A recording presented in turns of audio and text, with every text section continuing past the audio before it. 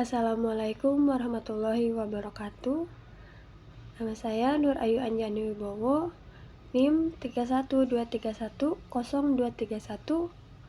kelas TI 23A2. Di sini saya akan mempresentasikan materi tentang filsafat Pancasila. Berikut ini adalah agenda dalam kegiatan kita hari ini. Yang pertama, ada pengertian Pancasila.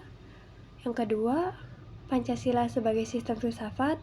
Yang ketiga, Pancasila sebagai sistem filsafat ditinjau dari 3 aspek. Dan yang terakhir, Pancasila sebagai sistem filsafat bangsa. Filsafat berasal dari bahasa Yunani.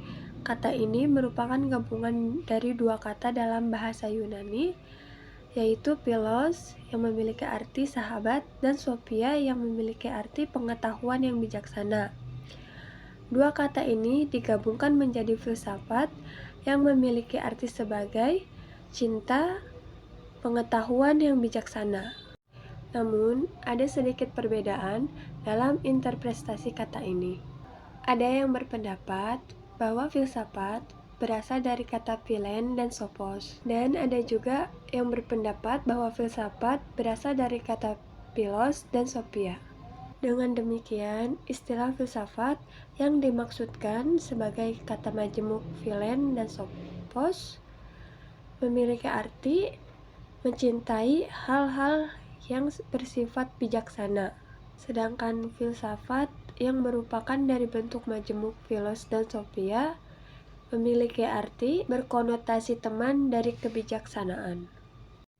Selanjutnya, kita masuk ke materi Pancasila sebagai sistem filsafat. Pancasila sebagai sistem filsafat mengandung pandangan, nilai, dan pemikiran yang dapat menjadi substansi dan isi pembentukan ideologi Pancasila. Pancasila sebagai sistem filsafat juga merupakan kesatuan bagian-bagian yang disusun secara hierarkis. Sebagai sistem filsafat, Pancasila juga merupakan refleksi kritis dan rasional sebagai dasar negara dan kenyataan budaya bangsa, dengan tujuan yang mendapatkan pokok-pokok pengertiannya yang mendasar dan menyeluruh. Pancasila sebagai filsafat ditinjau dari 3 aspek. Yang pertama, aksiologi Pancasila. Aksiologi Pancasila berkaitan dengan nilai-nilai dan norma-norma yang menjadi tujuan dan pedoman dalam kehidupan berbangsa dan bernegara.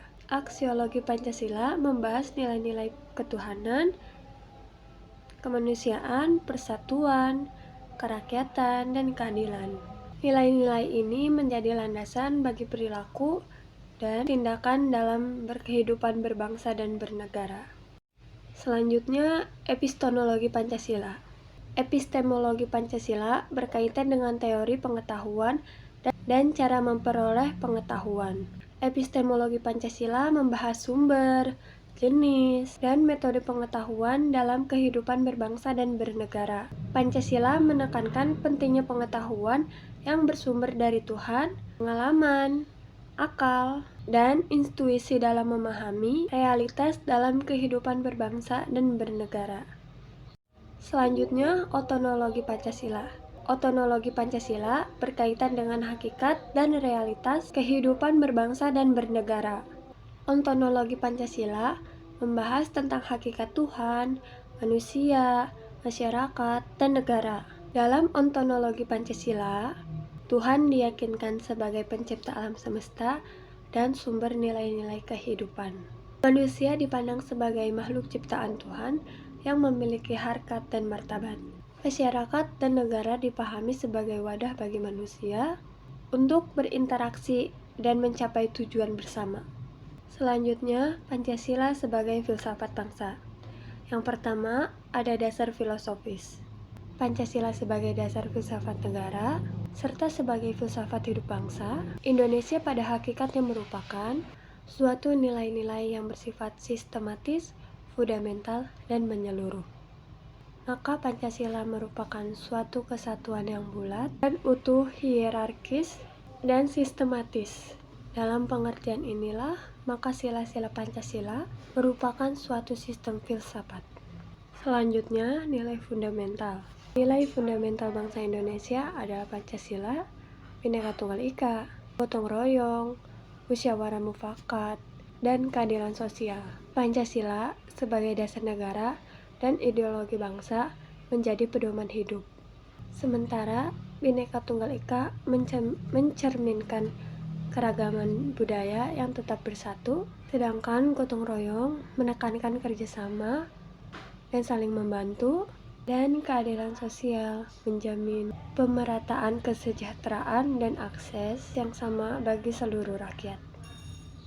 Nilai-nilai fundamental ini menjadi landasan bangsa Indonesia dalam membangun kehidupan berbangsa dan bernegara yang harmonis, adil, dan sejahtera.